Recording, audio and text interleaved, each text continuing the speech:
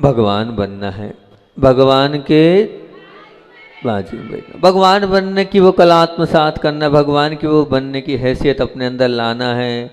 और बात वैयावृत्ति पर चल रही है, 90 नंबर का बिंदु वैयावृत्ति है। और वैयावृत्ति का अर्थ सबने ये मान लिया है कि साधुओं के हाथ पैर दबाना, परंतु ये बहुत निचली परिभाषा है। साधुओं के जो हाथ पैर दबाना आप मानते हैं, इतना ही आपने एक अपने आप को इतनी सी परिभाषा में बांध लिया है कि साधु की सेवा करना ही वैयावृत्ति होती है। लेकिन वैयावृत्ति को साधुओं तक ही सीमित नहीं रखना है। वैयावृत्ति का अर्थ है यहाँ पर सेवा करना।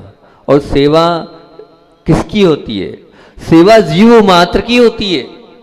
सेवा में ऐसा नहीं कहा गया है कि सिर्फ साधुओं की सेवा होती है, साधुओं की वैयावृत्ति होती है। सेवा तो एक इंद्रिय से लेकर पंचेंद्रिय तक सबकी सेवा की यहाँ पर बात कही गई है। क्योंकि साधु समाधि में तो आ ही चुका है ऊपर साधुओं के लिए, यहाँ वैयावृत्ति का है और यहाँ गुणीजनों की वैयावृत्ति का है। तो यहाँ गुणीजनों से तात्पर्य जो गुणीजन जो लिए जाते हैं उससे तात्पर्य साधु नहीं है। लेकिन हम लोगों ने बस इतना ही मान लिया कि जब हमारे गांव में कोई साधु आएंगे तब हम वैयावृत्ति कर पाएंगे, बाकी वैयावृत्ति कर ही नहीं पाएंगे। तो उसका तात्पर्य ये है कि साधु नहीं मिलेंगे तो ये गुण ही समाप्त हो जाएगा। नहीं, बिल्कुल नहीं, ऐसा नहीं मानना कि ये गुण समाप्त हो जाएगा। इसमें हमें सबको लेना है, ध्यान रखना। सेवा से तात्पर्य सबकी यहाँ सेवा लेना। जहाँ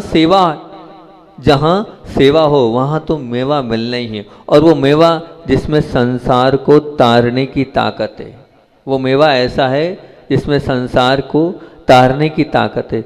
एक सेवा तन से होती है और एक सेवा तन और मन दोनों से होती है। और जब तन और मन लग जाता है तो तन्मयता आ जाती है।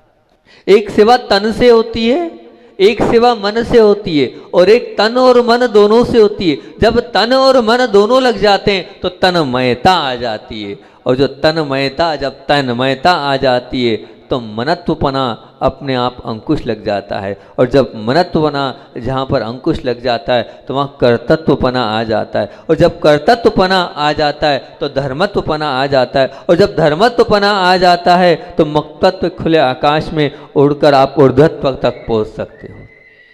आप ऊर्ध्वत्व, बहुत सारे त्व बता दिए हमने। मैं आपसे ये बोलना चाह रहा हूँ कि जब तन्मयता आ जाती है तो क्या होता है? मनत्वपना खत्म हो जाता है। मनत्वपना समझ रहे हो ना? मन की, अपने मन का पना खत्म हो जाता है जब तन्मयता आ जाती। तन्मयता में हम यही करते हैं कि बस लग जाएं और खुद के मन को छोड़कर हम दूसरों के मन के लिए सेवा में तत्पर हो जाते हैं। और फिर वहाँ जब मनत्वपना खत्म होता है तो कर्तव्यपना आ जाता है।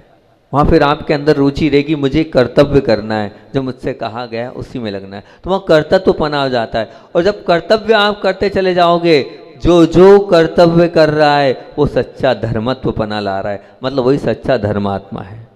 अगर आप अपने कर्तव्य को कर रहे हो तो वो अपने आप धर्म की ओर आप आगे बढ़ गए। और जहां धर्मपना आ गया, आप मुक्तत्व के उस खुले आकाश में उड़कर आप ऊर्ध्वत्व यानी मोक्ष शिला पर बैठ ही जाओगे। इसमें आपको कोई भी रोक नहीं सकता है, ये निश्चित मान के चलना। और जहाँ कर्तव्यपना हमारे लिए सबसे पहली यही शिक्षा दे रहा है। सबसे पहली शिक्षा क्या दे रहा है? वो यही दे रहा है कि उपकारी का सबसे पहले ध्यान रखो। आज का मंगलाचरण, आज की वैयावृत्ति प्रकरण का मंगलाचरण प्रारंभ कर रहा हूँ कि तीर्थंकर बनना है तो माता पिता की वैयावृत्ति को मानो कर्तव्य। तीर्थंकर बनना है तो माता पिता की वैयावृत्ति को मानो कर्तव्य। तीर्थंकर बनना है तो दीन दुखियों की वैयावृत्ति को मानो कर्तव्य। तीर्थंकर बनना है तो मोह पशुओं की वैयावृत्ति को मानो कर्तव्य। तीर्थंकर बनना है तो अपने परिवार की वैयावृत्ति को मानो कर्तव्य। तीर्थंकर बनना है तो जिनवाणी की वैयावृत्ति को मानो कर्तव्य। तीर्थंकर बनना है तो भगवान की वैयावृत्ति को मानो कर्तव्य। मैं बताऊंगा भगवान की भी वैयावृत्ति कैसे होती है, उसको बताऊंगा आपके बीच में। तो भगवान की वैयावृत्ति को मानो कर्तव्य। तीर्थंकर बनना है तो मंदिरों की वैयावृत्ति को मानो कर्तव्य। तीर्थंकर बनना है तो स्व की वैयावृत्ति को मानो कर्तव्य। अलग अलग बातें हैं, बहुत सारी बातें हैं। आज तो मैं आपसे बात कर रहा हूँ कि तीर्थंकर बनना है तो किसकी, माता पिता की वैया वृत्ति को मानव कर्तव्य। कोई यहाँ बैठा है, कोई मानता है माता पिता की वैया वृत्ति को कर्तव्य मानता है? मानते हो आप लोग? धर्मात्मा तो है बासा वाले, कितने हैं मुझे नहीं पता। कि तीर्थंकर बनना है तो माता पिता की वैया वृत्ति को मानव कर्तव्य, जिन्होंने पाला पोसा, आज सबके बीच में बोलने के लायक बनाया, क्या आज आप उनको छोड़ रहे हैं? उनसे मुंह मोड़ रहे हैं? उनसे उनको छोड़ना, उनसे मुंह मोड़ना, उनका ध्यान नहीं रखना, उनको बेसहारा बना देना, उनकी नहीं सुनना, है ना, उनसे नहीं बोलना, उनको नहीं मानना, उनकी अभिनय करना, उनको ही डांटना, उन पर ही क्रोध करना, चिल्लाना, उनको सबके बीच, उनका सबके बीच में बहुमान नहीं करना, उनको अपने अनुसार चलाना, उनकी ही बात को काटना, उनको ही अपमान और तिरस्कार करना, उनके भविष्य के लिए नहीं सोचना, अर्थात क्या उनका आगे होने वाला वो नहीं सोचना, उन पर आरोप लगाना, उनकी हंसी उड़ाना, उनकी गलतियां कमियां दोष देखना, उनकी भावनाओं का विचार नहीं करना, उनको उनके जो पुराने, उनको क्या मानना, बोले पुरानी विचारधारा का मानना, उनको बिना बताए महत्वपूर्ण निर्णय लेना, उनको शत्रुवत मानना, उनकी सेवा के लिए नौकर तक, मतलब अपन तो कर नहीं पा रहे, नौकर रख रहे हैं, नौकर रख देना, उनसे झूठ बोलना, उनसे मायाचारी करना, उनको दान धर्म से रोकना, उनको त्याग तप पर अंकुश लगाना, उनके प्रेम को, वात्सल्य को, स्नेह को और अपनेपन को स्वीकार नहीं करना, उनके तन को छोड़कर दिन रात अपने धन और अपने में लगे रहना, कहाँ तक ठीक है? बहुत सारी बातें मैंने आप लोगों से बोल दी। आप विचार करना, आप किनको छोड़ रहे हो? कल आई उसके लिए बरसों से जो थी उसको छोड़ रहे हो आप। जिसका साथ आज आपको मिला उसके चक्कर में आप क्या करते हो? अपने माता पिता को छोड़ देते हो। छोड़ते हो कि नहीं बताओ? और बेटियां भी ऐसी है कि ये नहीं देखती है कि क्या होगा, मैं भी तो जिस घर से आई हूँ उस घर से आई हूँ, लेकिन आप अपने ही परिवार में अपने ही बेटे को आप अलग, अपने ही बेटे को मतलब अपनी माँ से अपने बेटे को आप अलग करा देते हैं। उनको छोड़ना कहाँ तक ठीक है? उनको अलग करना कहाँ तक ठीक है? बताओ, विचार करना। उनसे मुंह मोड़ रहे हो आप। किनसे? उन माता पिताओं से मुंह मोड़ रहे हो। मुंह किससे मोड़ना चाहिए? उनसे जिन्होंने सब कुछ दिया है। आज जिस मुकाम पर आप हो, जिस स्थिति पर आप हो, उनसे आप मुंह मोड़ रहे हो, उनका ही ध्यान नहीं रख रहे हो जिसका ध्यान रखना चाहिए। यूँ तो आप बहुत अच्छा मेडिटेशन करते हो, लेकिन सच्चा मेडिटेशन तो वो है कि अपना कर्तव्य अपने माता पिता का ध्यान रखना है। आप वो मेडिटेशन कर रहे हो कि नहीं? वो बहुत ज़रूरी है। वो ध्यान रख रहे हो कि नहीं? वो बहुत ज़रूरी है। आप अगर उन्हीं को छोड़ रहे हो तो बहुत बड़ी गलती कर रहे हो। उन्हीं को बेसहारा बना रहे हो। बताओ, किसको बेसहारा बना रहे हो? अपने माता पिता को बेसहारा बना रहे हो? नहीं, बिल्कुल नहीं।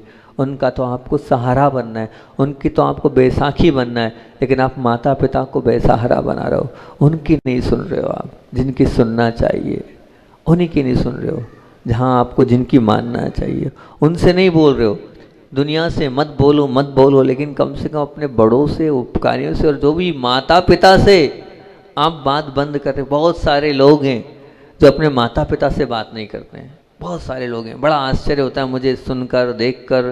पर मैं नहीं मानता, आप लोग में से बहुत कम लोग होंगे जो ऐसा होंगे, लेकिन हैं, बहुत सारी गिनती है जो अपने माता पिता से टॉकिंग नहीं करते हैं, बात नहीं करते हैं। विचार करना क्या विडंबना है कि जिनने जहाँ तक यहाँ तक रखा आप उनसे नहीं बोल रहे हो। सिर्फ छोटी छोटी बात को लेकर बैठ गए हो और उनसे आप बात नहीं कर रहे हो। कितनी बड़ी गलती कर रहे हो। और अगर आप दुनिया की मान लेते हो, बताओ, लेकिन अपने पिता की और अपनी माता की नहीं। वही बात अगर दूसरा बता देता है तो आप मान लेते हो, लेकिन वही बात अगर पिताजी बोल रहे हैं तो आपको बात अच्छी नहीं लग रही है। वो बात आपको लग रही है मेरे हित की नहीं है। क्या है बताओ?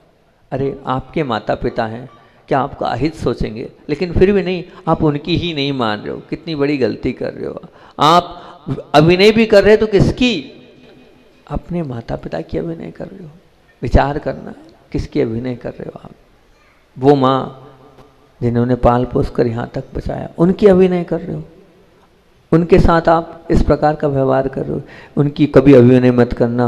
और तो और मैंने देखा है, बहुत सारे परिवार में देखा है कि डांटना माता पिता को चाहिए, लेकिन आजकल क्या स्थिति बन रही है, बच्चे माता पिता को डांट रहे हैं, डांट तक नहीं रहे हैं।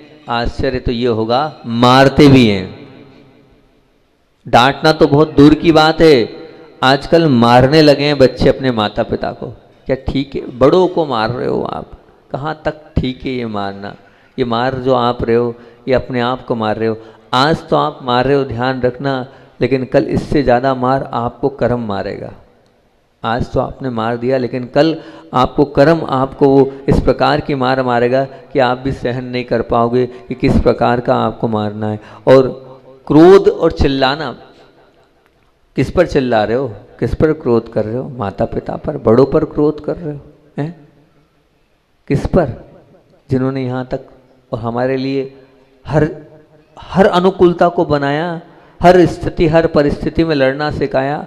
आज जहाँ खड़े हैं तो उन्हीं के पर क्रोध करना, उन्हीं पर चिल्लाना। बताओ आप क्रोध करते हो कि नहीं?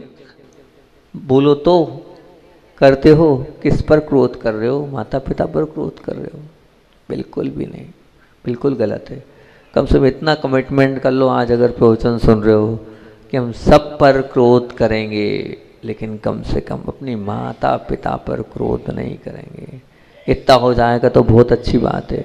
आप अपने दोस्तों पर क्रोध कर लो, आप और भी अन्य लोगों पर क्रोध कर लो, ठीक है, भाई बहन पर भी क्रोध कर लो, छूट दी, ठीक, लेकिन कम से कम माता पिता पर क्रोध मत करो। हम सब करेंगे, लेकिन अपने माता पिता पर हम क्रोध नहीं करेंगे, उन्हें हम नहीं चिल्लाएंगे।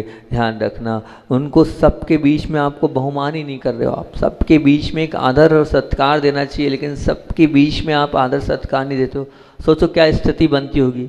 सबके बीच में आप उनसे दो चार ऐसी बातें बोल देते हो, वो बातें किस प्रकार से उनको लगती होगी, लेकिन बोलते चले जाते हो आप। आपको लगता ही नहीं कि मैं सबके बीच में किस प्रकार से बात कर रहा हूँ, अपनों से बड़ों से किस प्रकार से विनय से मुझे बात करनी चाहिए, और विनय खो देते हो। अपने शब्दों का ही ध्यान नहीं रख रहे हो कि मेरे शब्द किस प्रकार के, उन शब्दों से किस प्रकार का वहाँ पर अंदर उनको लग रहा होगा, ये सब भूल रहे हो बिल्कुल।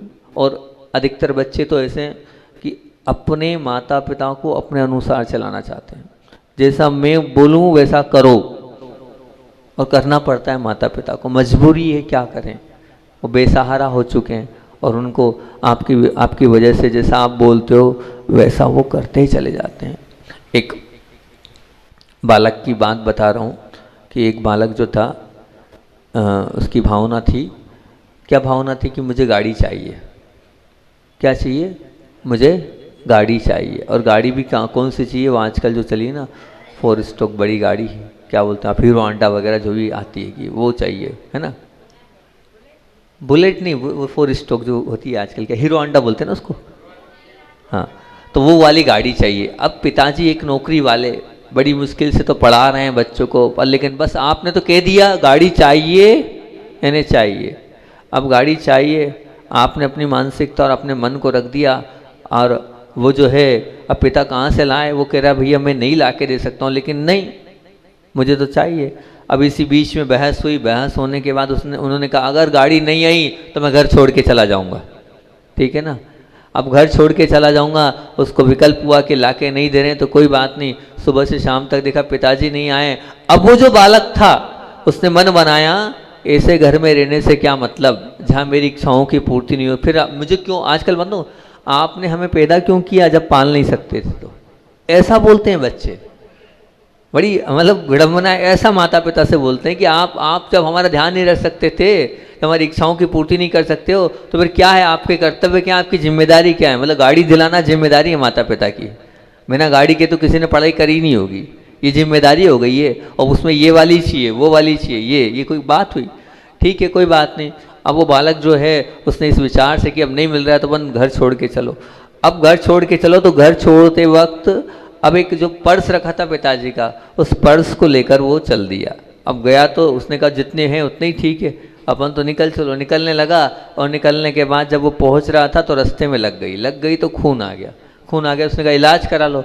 इलाज कराने के लिए वो हॉस्पिटल में उसने लगा, उसने पैसे तो देख लूँ कितने पर्स में, देखा तो कुछ नहीं, कागज ही कागज। उसमें एक चिट्ठी निकली जिसमें उसमें ये लिखा था का एक लैपटॉप खरीदा था पिछले 6 महीने पहले। बोले तीसरा पत्र था उसमें, बोले आपको हम तीसरी वार्निंग दे चुके हैं, आपने वो किस्त नहीं चुकाई, आप चुकाइए। फिर और पत्र दिखते जाता है, उन्होंने कहा कुछ भी नहीं है इसमें, तो पूरा खाली पड़ा है, इसका पत्र उसका पत्र उसका पत्र। फिर एक पर्चा देखता, उसमें लिखता था पुरानी गाड़ी रखो और नई ले जाओ। तो विचार करता है आज पिताजी है नहीं, कहीं ऐसा तो नहीं हो, इस आर्टिकल से तो ऐसा लग रहा है, इस पेपर के उससे कहीं पिताजी वहीं तो नहीं पहुंच गए हो, और अपनी पुरानी एक ही तो गाड़ी है जिसमें पूरा परिवार आता जाता है, वो देख के दूसरी तो नहीं ला रहे हो। अब बस इस भाव से उसको लगा कि नहीं ये तो मैं गलत कर रहा हूँ, अगर ऐसा है तो ठीक नहीं है। और इतनी स्थिति खराब है तो जिस पते पर वहाँ पहुँचता है तो वही होता है, सौदा होता रहता है। पिताजी बोलते हैं ये हमारी पुरानी गाड़ी ले लो, मैं जो है पैदल जाऊँगा या साइकिल से जाऊँगा अपने ऑफिस, आप जो है ये हमारे लिए नई गाड़ी दे दो। बच्चा मान नहीं रहा, क्या करूँ, सौदा चल ही रहा था और वो बीच में जाता है और पैर पकड़ लेता, नहीं पिताजी आप जाओगे, मैं गाड़ी से कॉलेज जाऊँ पढ़ने के लिए और आप साइकिल से जाओ ऑफिस काम करने के लिए, ये नहीं चलेगा। आँख खुल गई। ऐसी आप आँख खोलो अपने आप को, अपनी ऐसी इच्छाओं को पूरा नहीं करो कि मेरे अनुसार अपने को मैं जैसा बोलूँ वैसे परिवार वाले वैसे सब लोग मानना चाहिए, बिल्कुल गलत। ध्यान रखना। और तो और उनकी ही बात को काटना, जब देखो जब आप किसकी बात को काटते हो, अपने बड़ों की बात काटते हो। अगर कुछ हो भी, कल भी हमने इस चीज़ कि हम काट भी रहे हैं तो किसको काट रहे हैं, अपने बड़ों की बात काट रहे हैं, उनकी बात को सबके बीच में किस प्रकार से प्रस्तुत कर रहे हैं, नहीं सब करना लेकिन अपने बड़ों की बात को नहीं काटना। ध्यान रखना, क्योंकि आप उनका अपमान कर रहे हो, उनका तिरस्कार कर रहे हो। आप अगर उनकी बात काट रहे हो तो क्या हुआ, उनका अपमान भी हुआ और उनका तिरस्कार भी हुआ। उनके साथ आप ये जो व्यवहार कर रहे हो ये बिल्कुल ठीक नहीं है। और तो और उनके भविष्य के विषय में आप नहीं सोच रहे हो कि आखिर कल उनका क्या होगा। आज तो आपने देख लिया लेकिन वर्तमान तो आप देख रहे हो, लेकिन भविष्य में उनका क्या होगा, उनके भविष्य के विषय में भी तो सोचो। भविष्य के विषय से तात्पर्य ये, कभी कभी राग की वजह से भी आप उनका भविष्य खराब कर देते हो। एक तो द्वेष हुआ वो तो ठीक है, लेकिन राग से तात्पर्य ये है कि मान लीजिए उनका अंत अच्छे से होना चाहिए तो आप उनका अंत भी अच्छे से नहीं कराते हो। मतलब क्या, राग इतना होता है ये खिला दो वो पिला दो, यहाँ तक कि उनकी समाधि तक बिगाड़ देते हो आप। बहुत बार देखा है, आप अपने राग के चक्कर में महाराज जी माता जी के पास ले जाना चाहिए तो वहाँ नहीं ली। कर्तव्य ये जिम्मेदारी है आपकी कि उनका अंत सुधरना चाहिए। अगर आपने उनका अंत सुधार दिया तो सब कुछ हो गया। वो भी विवेक आपके अंदर होना चाहिए, आप वो विवेक भी नहीं रखते हो। और तो और को संभाल लो क्या होगा। तो शत्रुवत आप मान रहे हो, कितनी बड़ी आप गलती कर रहे हो। विचार करना, उनकी सेवा के लिए अब करना अपने से चाहिए सेवा, लेकिन आप अपने से सेवा नहीं कर रहे हो। क्या रख दिया आपने, नौकर चाकर आदि रख दिए उनकी सेवा के लिए आपने। तो ये उनकी सेवा के लिए जो आपने नौकर आदि या और भी अन्य रख दिए, कहाँ तक ठीक है। जो सेवा आपको अपने हाथ से करनी चाहिए, जो कार्य नौकर के योग्य वो नौकर करे, लेकिन जो कार्य आपको करना चाहिए आप नहीं कर रहे हो, ये कहाँ तक ठीक है बताना, विचार करना। आप अगर नौकर रख रहे हो तो ठीक है क्या। और हमने पहले भी कहा था कि सबसे झूठ बोलना, पर कम से कम किससे झूठ नहीं बोलना, माता पिता से झूठ मत बोलना। क्योंकि उनसे झूठ बोलकर क्या होगा बताओ, आज नहीं तो कल पता तो चलेगा। जब पता चलेगा तो क्या इमेज बन जाएगी हमारी। हम दुनिया से झूठ बोलते रहें ठीक है, लेकिन को 2-3 चीज़ें ऐसी हैं कि सब पर क्रोध करें, माता पिता पर क्रोध नहीं करें। सबसे मायाचारी करें पर माता पिता से मायाचारी नहीं करें। सबसे झूठ बोलें लेकिन माता पिता के साथ झूठा व्यवहार नहीं करें। क्योंकि हम मायाचारी भी अगर दुनिया से कर रहे हैं कोई बात नहीं, लेकिन माता पिता के साथ हम मायाचारी को नहीं करें। और तो और अगर मान लीजिए माता पिता दान में आगे बढ़ रहे हैं तो कभी भी दान से रोकना नहीं चाहिए माता पिता को। भावना है, बहुत अच्छी बात है कि आपकी जो इच्छा हो हम करने को तैयार है, आपकी जो भावना हो हम करने को तैयार। इस प्रकार से दान के मामले में आपको आगे रह के उनको एक्टिव करना चाहिए, आगे रह के उनको कभी हाथ नहीं रोकना चाहिए। वैसे तो अधिकतर आजकल सिस्टम उल्टा हो गया है। आजकल तो ऐसा सिस्टम हो गया माता पिता रोकते हैं और बच्चे, आजकल नया सिस्टम हो गया है कि आजकल माता पिता जो है वो क्या है कम देना चाहते हैं और आज की नई पीढ़ी जो है वो दान ज़्यादा देना चाहती है। लेकिन फिर भी कहीं कहीं पर भी ऐसा भी हैगा कि माता पिता देना चाहते हैं और बच्चे जो हैं वो नहीं देना चाहते, तो ध्यान रखना उसमें अंतराय मत डालना। अगर माता पिता का ही तो है, अगर वो दान देना चाहें तो आप उसमें पीछे मत करना, और ना ही उनसे कहना कि आपको नहीं देना है, निश्चित ध्यान रखना। और उनके त्याग और तप पर भी अंकुश नहीं लगाना। अरे उनका जीवन हो गया है, ठीक है, अगर उन्होंने कुछ नियम लिया है तो निश्चित पूरा होगा, आपको उसमें किसी प्रकार से भी किंतु अनंतु नहीं करना चाहिए। क्यों? क्योंकि उनका खुद का वो जो जीवन है, उनकी खुद की वो लाइफ है, वो अपने हिसाब से सोच समझ कर त्याग कर रहे हैं, और त्याग कर रहे हैं तो उस त्याग में आपको समर्थन करना चाहिए, उस त्याग में आपका साथ होना चाहिए, आपको किसी प्रकार से नहीं नहीं कहना चाहिए। जैसे उस दिन देवेंद्र जी ने बताया था ना, देवेंद्र जी ने, कि हम यहाँ से गए, कहाँ गए, दमोह लेके गए, और दमोह में डॉक्टर ने कहा कि आप ड्रिप लगा लो, तो वो डॉक्टर ने कहा आय काहे के लिए, तो उन्होंने क्या किया, भगवान ने, याद है इसको बहुत अच्छा बोले, आय काहे के लिए, डॉक्टर ने जब ये कहा कि आय काहे के लिए, तो बोले अच्छा नहीं हमारे मुख से वो शब्द बोलना है। तो ये अंदर से है। अब देखो उनके अंदर दृढ़ता थी, धारणा थी, मानसिकता थी, सब कुछ था, उनने कुछ नहीं कहा, अभी भी तो है कि नहीं। और हम कह रहे हैं कि अगर मान लो आपको क्या दवाई बचा लेती, औषधि बचा लेती, अगर कुछ हो भी जाता तो अच्छा है ना, त्याग करके गए तो और अच्छा है, तप करके गए तो और अच्छा है, बाधा क्या है। अगर मान लो वो ड्रिप लेते लेते जाते अस्पताल में, तो उससे तो अच्छा था ना कि त्याग तपस्या के साथ गए, तो अच्छे परिणामों से आप डीमोटिवेट क्यों कर रहे हो, आप तो उनके लिए और आगे बढ़ाते जाओ, ताकि और उनका अपने आप उस पर अंकुश, त्याग तपस्या पे आपको अंकुश नहीं लगाना चाहिए। और ध्यान रखना उनके प्रेम को, उनके वात्सल्य को, उनके स्नेह को, उनके अपनेपन को स्वीकार कर लो, क्योंकि वो जो अपनापन दे रहे हैं, वो जो वात्सल्य दे रहे हैं, वो जो प्रेम दे रहे हैं, वो सिर्फ रागवश आपको दे रहे हैं। अब उस रागवश वो प्रेम स्नेह वात्सल्य आपको मिल रहा है, और उस प्रेम वात्सल्य स्नेह को आप ठुकरा दोगे तो बताओ क्या स्थिति बनेगी। बिल्कुल नहीं, सब करो, लेकिन उनके वात्सल्य प्रेम स्नेह को मत ठुकराओ, आप उनके साथ अच्छा व्यवहार करो। क्योंकि और तो और आप तन को छोड़कर दिन रात सिर्फ धन में लगे हो, अब धन की ही परवाह में लगे हो, और धन ही रात रात दिन धन कमाने में ही आप लगे रहोगे, तो कैसे कार्य चलने वाला है। नहीं, बिल्कुल नहीं, आप सब करो, लेकिन वो माता पिता हैं, वो उनका आपको ध्यान रखना चाहिए। आश्चर्य तो जब होता है जिन्होंने हाथ पकड़कर चलना सिखाया, बोलना सिखाया, उनको हम सिखाने की हिम्मत कैसे कर रहे हैं, विचारणीय प्रश्न है। जिनने हाथ पकड़कर चलना सिखाया, बोलना सिखाया, हम क्या कर रहे हैं, उनको सिखाने की हिम्मत कैसे कर रहे हैं, चिंतन करना। हम उनको सिखाने चले जाते हैं, जिन्होंने हमें नहलाया धुलाया, और आज हम उन्हें ही अपने क्रोध से नहला रहे हैं। नहलाया धुलाया है, और आप क्या कर रहे हो, आज अपने क्रोध से नहला रहे हो। जिन्होंने हमें खिलाया पिलाया अपने हाथों से, आज तक उन्हें खाने को पूछ नहीं रहे। क्या बात है, बताओ कैसी विडंबना है। जिन्होंने हमें कपड़े पहनाकर हमारी इज्जत बचाई, आज हमें उन्हें क्या कर रहे हैं, उनकी इज्जत बीच बाजार में उतार रहे हैं।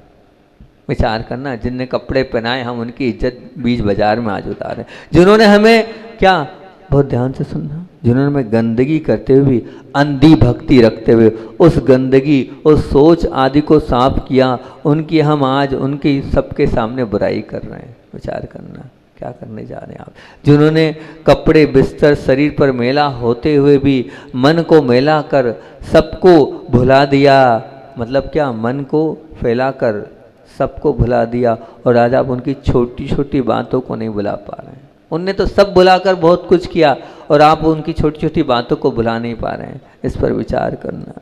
जिन्होंने हमें रहने का आसरा दिया, उन्हीं को हम बेसहारा बना रहे हैं। जिन्होंने हमें पढ़वाया लिखवाया और पढ़ना लिखना सिखाया, आज हम उन्हें व्यवहारिकता सिखाने की सोच रहे हैं।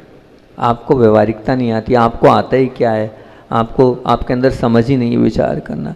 जिन्होंने हमें सजाया संवारा, आज उन्हें हम सबके बीच में आने से और बोलने से रोक रहे हैं। विचार करना। अगर सच्ची वैयावृत्ति करना हो तो सबसे पहले शुरुआत अपने माता पिता की वैयावृत्ति से करना, क्योंकि वैयावृत्ति तो वहीं से शुरुआत होती है, जिन्होंने हमें यहाँ तक पहुँचाया, उनकी वैयावृत्ति पहले करो। आज कौन इतना नियम ले रहा है, इस वैयावृत्ति की बात कर रहा हूँ, तो रोज़ आपको नियम दूंगा मैं। तो पहला नियम यही है कि कौन ऐसा है रोज़ माता पिता से पूछेगा, जैसे आप रोज़ हमारे से रात को आके रोज़ पाँव दबाते हो, कहते हो महाराज जी इतना नियम ले लो आज, ठीक है हम अपने माता पिता के चरण जाके 2 मिनट दबाएंगे, लेकिन दबाएंगे ही दबाएंगे, ले लो इतना सा नियम, सच्ची वैयावृत्ति हो जाएगी। आप सब भगवान बनना चाहते हो, पहला कदम ये बढ़ा दो कि अपनी माँ से पूछेंगे, अपने पिताजी से जाके पूछेंगे, कुछ ना कुछ तो कर लेंगे, हो जाएगा इतना सा। माता पिता के चरण दबा लोगे जाकर आप, बोलो तो बाहर रहते हो, पूना रहते हो तो फ़ोन से पूछ लेना माँ ठीक हो, कुछ आवश्यकता तो नहीं है, कोई तकलीफ तो नहीं है, बस पूछ लोगे उतने में सब कुछ हो जाएगा। ज़्यादा कुछ नहीं करना, सिर्फ पूछ लेना, वो भी वैयावृत्ति हैगी। भले आप उस कोने में बैठे हो, महाराष्ट्र में बैठे हो तो भी कोई बात नहीं, हो जाएगा। बोलो तो भले आप प्रतिभा स्थली में बैठे हो, वहाँ से पूछ लेना ठीक तो, श्वास तो ठीक हो, कुछ करूँ नहीं करूँ। भले आप इंदौर में बैठे हो, इंदौर से पूछ लेना, फ़ोन लगा कर पूछ सकते हो ना, यहाँ वहाँ की बात कर, कोई तकलीफ तो नहीं रही, कोई कष्ट तो नहीं रहा। बोलो तो सही भैया, सचिन भाई, हो जाएगा। बस इतना नियम ले लो आज, सच्ची वैयावृत्ति तो हो जाएगी। हम अपने माता पिता से पूछेंगे, आप रोज़ पूछेंगे आप ठीक तो हैं, आपको कोई तकलीफ तो नहीं, कोई कष्ट तो नहीं, कोई आवश्यकता तो नहीं, कोई ज़रूरत तो नहीं है, मेरे लिए कोई कार्य हो तो बता दो, इतना भर पूछना है। नहीं तन से कर सकते हो तो वचन से वैयावृत्ति कर देना, लेकिन ले लोगे बोलो तो भैया मनोज भाई पीछे, हो जाएगी। आप ही हो मनोज, तो और कोई दिख ही नहीं रहा है, हो जाएगी, सबसे हो जाएगी।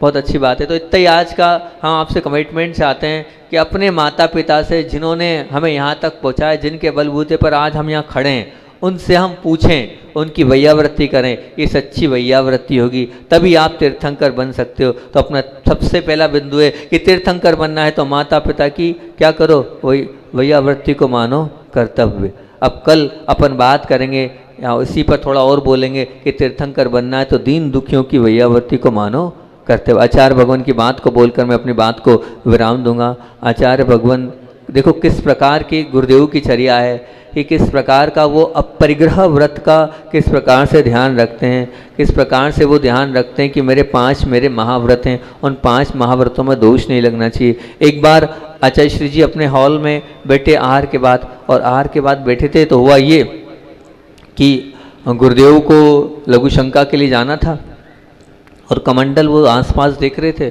कमंडल उनका दिखा नहीं। और जब कमंडल दिखा नहीं तो बहुत देर के बाद उन्होंने सोचा हो सकता है धूप में यहाँ वहाँ रखा हो, लेकिन अब कमंडल किसी को बोलूँगा क्या करूँगा, मन ही मन में विचार हुआ। वहाँ एक दूसरा कमंडल रखा था, तो जिनका कमंडल रखा था उन महाराज जी से बड़े ही उससे बोलते हैं, क्यों कुंतु सागर जी, क्या मैं आपका कमंडल ले सकता हूँ?